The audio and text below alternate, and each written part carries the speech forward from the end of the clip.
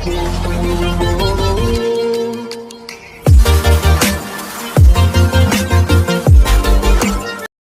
Friends, very good morning. Welcome back to my YouTube channel. So ಎಲ್ಲರೂ ಹೇಗಿದ್ದೀರಾ? ನಾನು ಕೂಡ ತುಂಬ ಚೆನ್ನಾಗಿದ್ದೀನಿ. ನೀವು ಚೆನ್ನಾಗಿದ್ದೀರಾ ಅಂತ ಭಾವಿಸ್ತಾ ಇವತ್ತಿನ ವ್ಲಾಗ್ನ ಸ್ಟಾರ್ಟ್ ಮಾಡ್ತಾಯಿದ್ದೀನಿ. ಟೈಮ್ ಬಂದು 12 o'clock ಆಗಿದೆ ನೋಡಿ.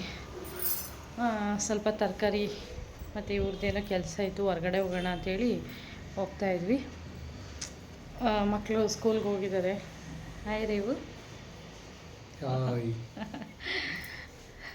ಹೀಗೆ ಏನೋ ಅವ್ರದ್ದು RTO ಏನೋ ಕೆಲಸ ಇತ್ತಂತೆ. ಸೊ ಕೆಲಸ ಆಗಿದೆ, ಏನೋ ಇಸ್ಕೊಂಬರ್ಬೇಕು, ಬಾ ಹೋಗೋಣ ಅಂದರು. ಸ್ವಲ್ಪ ತರಕಾರಿ ಎಲ್ಲ ತೊಗೋಬೇಕಿತ್ತು, ಹಾಗಾಗಿ ಜೊತೇಲಿ ಹೋಗ್ಬಿಟ್ಟು ಬರೋಣ ಅಂತ ಹೊರಟೆ. ಪೂಜೆ ಎಲ್ಲ ಆಗಲೇ ಆಯಿತು. ಪೂಜೆ ಆಗಿ ಸ್ವಲ್ಪ ಹೊತ್ತು ಹಾಗೆ ಕೂತಿದ್ದು, ಇವಾಗ ಹೊರಡೋಣ ಅಂತೇಳಿ ಹೊರಡ್ತಾ ಇದ್ದೀವಿ. ಸೊ ಎಲ್ಲೋಗ್ತೀನಿ ಅನ್ನೋದನ್ನ ನಿಮಗೂ ತೋರಿಸ್ತೀನಿ, ಬನ್ನಿ. ಇನ್ನು ಆವಾಗಲೇ ಹೇಳ್ದಾಗೆ RTOದಲ್ಲಿ ಸ್ವಲ್ಪ ಏನೋ ಫಾರ್ಮ್ ಇಸ್ಕೋಬೇಕು ಅಂತೇಳಿ ಕರ್ಕೊಂಡು ಹೋಗ್ತಾಯಿದ್ರು. ಸೊ ಇಬ್ಬರು ಹೋಗ್ತಾಯಿದ್ವಿ. ಸ್ವಲ್ಪ ತರಕಾರಿ ಎಲ್ಲ ತೊಗೊಂಡು ಬಂದರೆ ಸರಿ ಹೋಗುತ್ತೆ ಅನ್ನೋ ಕಾರಣಕ್ಕೆ ಇಬ್ಬರು ಹೋಗ್ತಾಯಿದ್ವಿ. ಈ ರೀತಿ ಆಯಿತು. ನೆಕ್ಸ್ಟ್ ಅಲ್ಲಿಂದ ನಾವು ಹೊರಟ್ವಿ.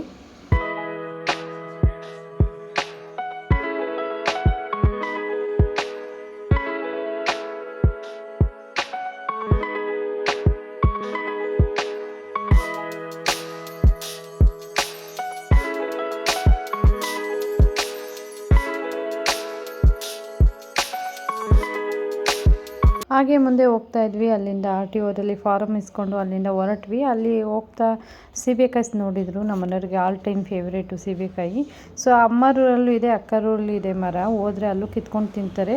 ಆದರೂ ಏನು ನೋಡಿದ ತಕ್ಷಣ ನಾನು ತೊಗೋತೀನಿ ಅಂತ ಹೇಳಿ ನಿಲ್ಲಿಸಿದ್ರು. 1 kg ಬಂದು 100 rupees ಏನೋ ಇತ್ತು.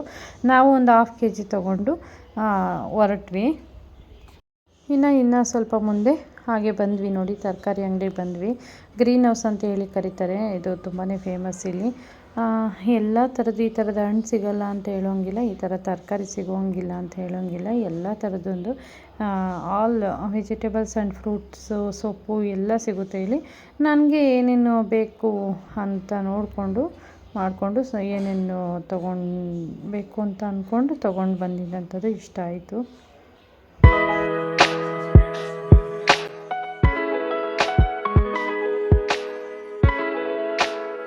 ಫ್ರೂಟ್ಗಳ ರೇಟ್ ಅಂತೂ ಸಿಕ್ಕಾಪಟ್ಟೆ ಪ್ರೈಸ್ ಹಾಕಿದ್ರು ನೋಡ್ಬೋದು.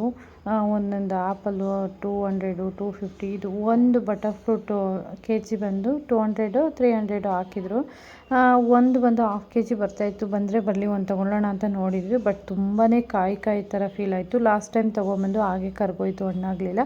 ಅದಕ್ಕೆ ನಾವು ಬೇಡ, ಸ್ವಲ್ಪ ಹಣ್ಣಾಗಿದೆ ತೊಗೋಬೋದಿತ್ತು, ಇಲ್ಲಾಂದರೆ ಬೇಡ ರೀ, ಹಾಳಾದರೆ ವೇಸ್ಟು ಅಂತ ಹೇಳ್ಕೊಂಡು ಬೇಡ ಅಂದ್ಕೊಂಡು ಬಂದ್ವಿ. ಈ ಥರ ಆಯಿತು.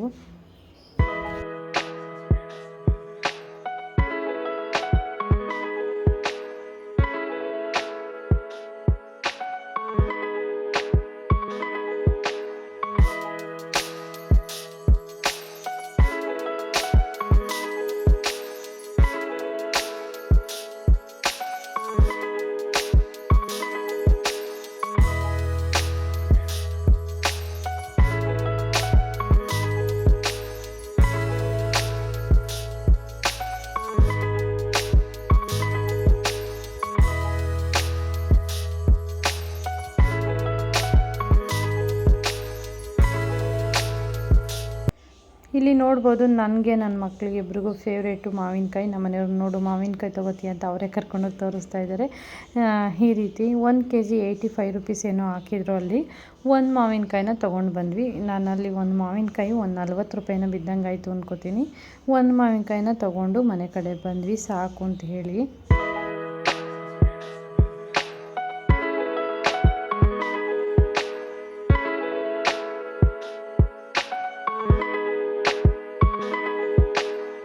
ತರಕಾರಿ ತಂದು ಎಲ್ಲ ತೆಗೆದಿಕ್ತಾ ಇದ್ದೀನಿ. ಏನೇನು ತೊಗೊಂಡು ಬಂದೆ, ಗ್ರೀನ್ ಹೌಸ್ ಅಂತ ಹೇಳ್ತಾರೆ, ಏನು ರೈತರಿಂದ ನೇರ ಮಾರಾಟ ಅಂತ ಹೇಳಿ ಅಲ್ಲಿ ಕೊಡ್ತಾರೆ. ಪರವಾಗಿಲ್ಲ, ಹೋಲ್ಸೇಲ್ ರೇಟ್ ಇರುತ್ತೆ. ನಾವು ಯಾವಾಗಲಾದರೂ ಒಂದೊಂದು ಟೈಮ್ ಹೋಗಿ ಅಲ್ಲೇ ತೊಗೋತೀವಿ. ಈ ರೀತಿ ಫ್ರೆಶ್ ಆಗಿ ಸಿಗುತ್ತೆ.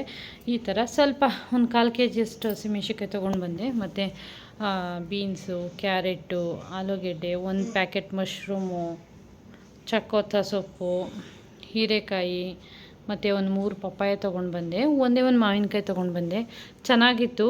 ಏನೋ kg 80 ರೂಪೀಸ್ ಏನೋ ಹಾಕಿದ್ರು. ಒಂದು ಮಾವಿನಕಾಯಿ ಬಂದರೆ ಹಾಫ್ ಕೆ ಜಿ ಬಂದಿದೆ. ಸೊ ಒಂದು ಮಾವಿನಕಾಯಿ 40 ರೂಪಾಯಿ ಪ್ರೈಸ್ ಬಿದ್ದಂಗೆ ಆಯಿತು. ಹಾಫ್ ಕೆ ಜಿ ಸೀಬೆಕಾಯಿ ತೊಗೊಂಡ್ವಿ, 50 ರುಪೀಸ್ ಆಯಿತು. ಮತ್ತು ಸೌತೆಕಾಯಿ 1 ಕೆ ಜಿನೇ ಏನೋ ಜಾಸ್ತಿ ಇತ್ತು. ಇಷ್ಟು ಐಟಮ್ನ ತೊಗೊಂಡು ಬಂದ್ವಿ. ಈ ರೀತಿ ಆಯಿತು. ಈಗ ಇದನ್ನೆಲ್ಲ ಡಿವೈಡ್ ಮಾಡ್ತಾಯಿದ್ದೀನಿ. ಜಸ್ಟ್ ಹಿಂಗೆ ಹೋಗಿ ಹಿಂಗೆ ಬರ್ತೀವಿ. ಇಷ್ಟು ತರಕಾರಿಗೆ ಏನಿಲ್ಲ ಅಂದರೂ 400 ಚಿಲ್ಲರೆ ಏನೋ ಆಯಿತು ನೋಡಿ. ಏನೇನು ಇರಲ್ಲ ಅಷ್ಟು ಐಟಮ್ಗೆ ಈ ರೀತಿ ಪ್ರೈಸ್ಗಳು. ಏನು ತಂದು ತಿನ್ನೋದು ಗೊತ್ತಿಲ್ಲ. ಮುಂದೆ ನಮ್ಮ ಮಕ್ಳ ಕಾಲಕ್ಕೆ ಇನ್ನೆಷ್ಟು ಪ್ರೈಸ್ ಆಗುತ್ತೆ ಅಂತ ಗೊತ್ತಿಲ್ಲ. ಈ ರೀತಿ ಸದ್ಯಕ್ಕೆ ಇಷ್ಟು.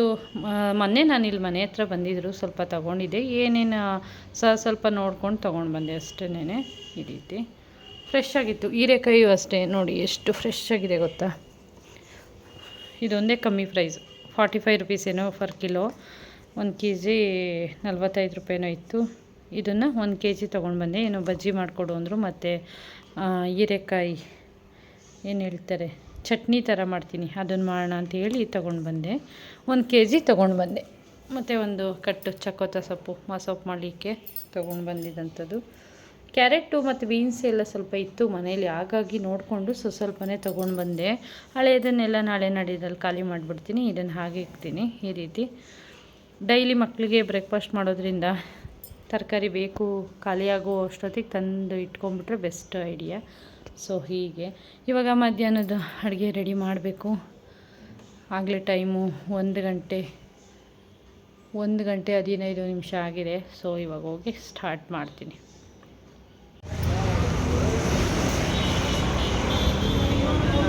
ಇನ್ನೂ ಅವತ್ತು ನಾನು ಅಡುಗೆ ಮಾಡೋದು ಅದು ಇದು ಕೆಲಸನೇ ಆಗೋಯಿತು. ನಾನು ವ್ಲಾಗ್ನ ಕಂಟಿನ್ಯೂ ಮಾಡೋಕ್ಕಾಗಿಲ್ಲ. ಸೊ ಮಾರನೇ ಬೆಳಗ್ಗೆ ಶಾಂತ ಆಂಟಿ ನಮ್ಮ ಮನೆಗೆ ಬಂದಿದ್ದರು. ಸೊ ವಿಶಾಲ್ ಮಠಕ್ಕೆ ಹೋಗೋಣ ಬಾಲತ ಏನೋ ತೊಗೋಬೇಕು ಅಂತೇಳಿ ಅವ್ರ ಮೊಮ್ಮಗನ ಕರ್ಕೊಂಡು ಬಂದಿದ್ದರು. ಸೊ ಇಬ್ಬರು ಹೋಗಿದ್ವಿ. ಏನೋ ಅವ್ರೇನೋ ಗ್ರೀನ್ ಕಲರ್ ಮ್ಯಾಟ್ ಸಿಗುತ್ತಲ್ಲ ಆ ಥರದ್ದೇನೋ ತೊಗೋಬೇಕಿತ್ತು ಅಂಥೇಳಿ ಹೋದ್ವಿ. ಫೈನಲ್ ಆಗಿ ಹೋಗಿ ಬಂದ್ವಿ. ಆಫರು ಏನು ಇರಲಿಲ್ಲ ಇವಾಗ ಅಷ್ಟೇನು. ನಾನೊಂದು ಮ್ಯಾಟ್ ತೊಗೊಂಡೆ ಮತ್ತು ಫ್ರಿಜ್ ಕವರ್ ಕೂಡ ತೊಗೊಂಡೆ. ಮೇಲೆ ಫ್ರಿಜ್ ಬರುತ್ತಲ್ಲ ಕವರು, ಅದನ್ನೊಂದು ತೊಗೊಂಡೆ. ನೋಡಿಕೊಂಡು ಏನೇನು ಚೆನ್ನಾಗಿದೆ ಅಂದ್ಕೊಂಡು ತೊಗೊಂಡು ಬಂದಿದ್ದಂಥದ್ದು.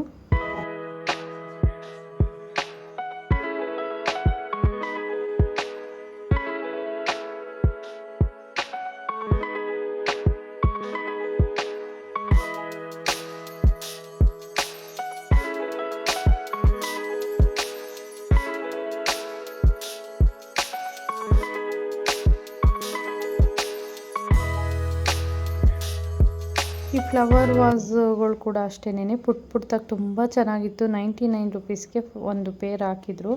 ನಿಮಗೆ ಪ್ರೈಸ್ ಸಮೇತ ತೋರಿಸ್ತೀನಿ ನೋಡಿ. ತುಂಬ ಚೆನ್ನಾಗಿತ್ತು ಅನ್ನಿಸ್ತು. ಬಟ್ ನಮ್ಮ ಮನೇಲಿ ಇವಕ್ಕೆ ಉಳಿಗಾಲ ಇಲ್ಲ. ನನ್ನ ಮಕ್ಕಳು ಎತ್ತಾಕ್ಬಿಡ್ತಾರೆ ಅನ್ನೋ ಕಾರಣಕ್ಕೆ ನಾನು ತೊಗೊಳಕ್ಕೆ ಹೋಗಲಿಲ್ಲ. ತುಂಬಾ ಇಷ್ಟ ನನಗೆ ಈ ಥರದ್ದೆಲ್ಲ ಶೋ ಪೀಸಸ್ ಎಲ್ಲ ತುಂಬ ಇಷ್ಟ ಆಗುತ್ತೆ, ಇಡಬೇಕು ಅಂತ ಆಸೆ. ಬಟ್ ನನ್ನ ಮಕ್ಳು ಇನ್ನೂ ಒಂದು ಸ್ವಲ್ಪ ದೊಡ್ಡವರಾಗಲಿ ಅಂದ್ಕೊಂಡು ಹಾಗೆ ನೋಡಿಕೊಂಡು ಆಸೆ ಪಟ್ಕೊಂಡು ಬಂದೆ. ಈ ರೀತಿ ಆಯಿತು ನೋಡಿ. ಯಾವ್ಯಾವ ಥರ ಫುಲ್ಲು ಗ್ರೀನಾಗಿ ಎಷ್ಟು ಚೆನ್ನಾಗಿ ಕಾಣಿಸ್ತಿದೆ. ನನಗಂತೂ ತುಂಬಾ ಇಷ್ಟ ಆಯಿತು. ಬಟ್ ತಗೊಳ್ಳೋ ಥರ ಇರಲಿಲ್ಲ, ಹಾಗಾಗಿ ತಗೊಳ್ಳಿಲ್ಲ, ಹಾಗೆ ಬಂದೆ.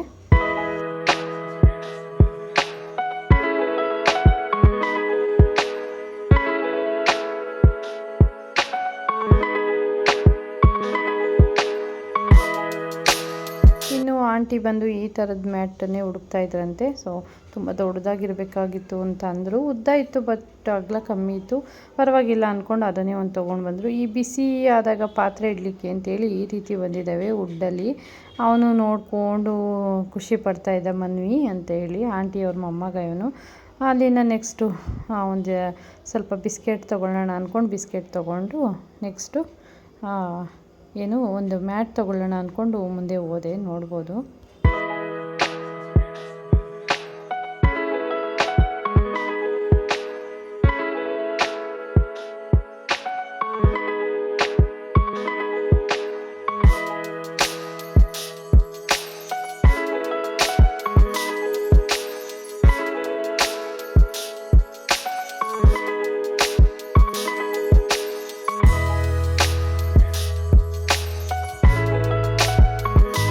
ಮ್ಯಾಟ್ ಕ್ವಾಲಿಟಿ ಮಾತ್ರ ತುಂಬಾ ಚೆನ್ನಾಗಿತ್ತು. ನಾನು ಒಂದು ಮ್ಯಾಟ್ ತೊಗೊಂಡೆ. ಆಂಟಿನೂ ಸೇಮ್ ಕಲರು, ಅವರು ಒಂದು ಮ್ಯಾಟ್ ತೊಗೊಂಡ್ರು.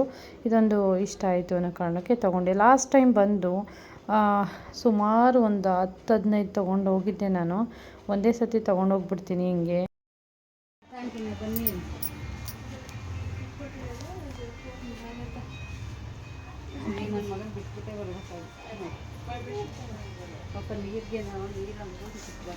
ಮೂರು ತಗೊಂಡ್ರೆ 999 ಅಂತ. ಈ ಥರ ಆಫರ್ ಇದ್ದಾಗ ನೋಡಿ ತೊಗೊಳ್ಬೇಕು. ಫೈನಲ್ ಆಗಿ ಶಾಪಿಂಗ್ ಮುಗಿಸ್ಕೊಂಡು ಮನೆ ಕಡೆ ಹೊರಟ್ವಿ. ಮನ್ವಿಗೆ ಮೀಸೆ ಬಂದ್ಬಿಟ್ಟಿದೆ.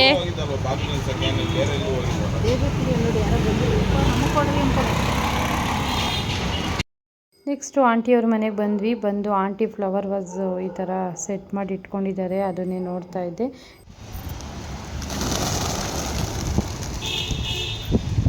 ಸೊ ಫ್ರೆಂಡ್ಸ್, ಇದಾಗಿತ್ತು ಇವತ್ತಿನ ವ್ಲಾಗ್. ಸ್ವಲ್ಪನಾದರೂ ಇಷ್ಟ ಆದರೆ ಪ್ಲೀಸ್ ಲೈಕ್ ಮಾಡಿ, ಶೇರ್ ಮಾಡಿ, ಸಬ್ಸ್ಕ್ರೈಬ್ ಮಾಡಿಲ್ಲ ಅಂದರೆ ಇವಾಗಲೇ ಹೋಗಿ ಸಬ್ಸ್ಕ್ರೈಬ್ ಮಾಡ್ಕೊಳ್ಳಿ. Thank you for watching.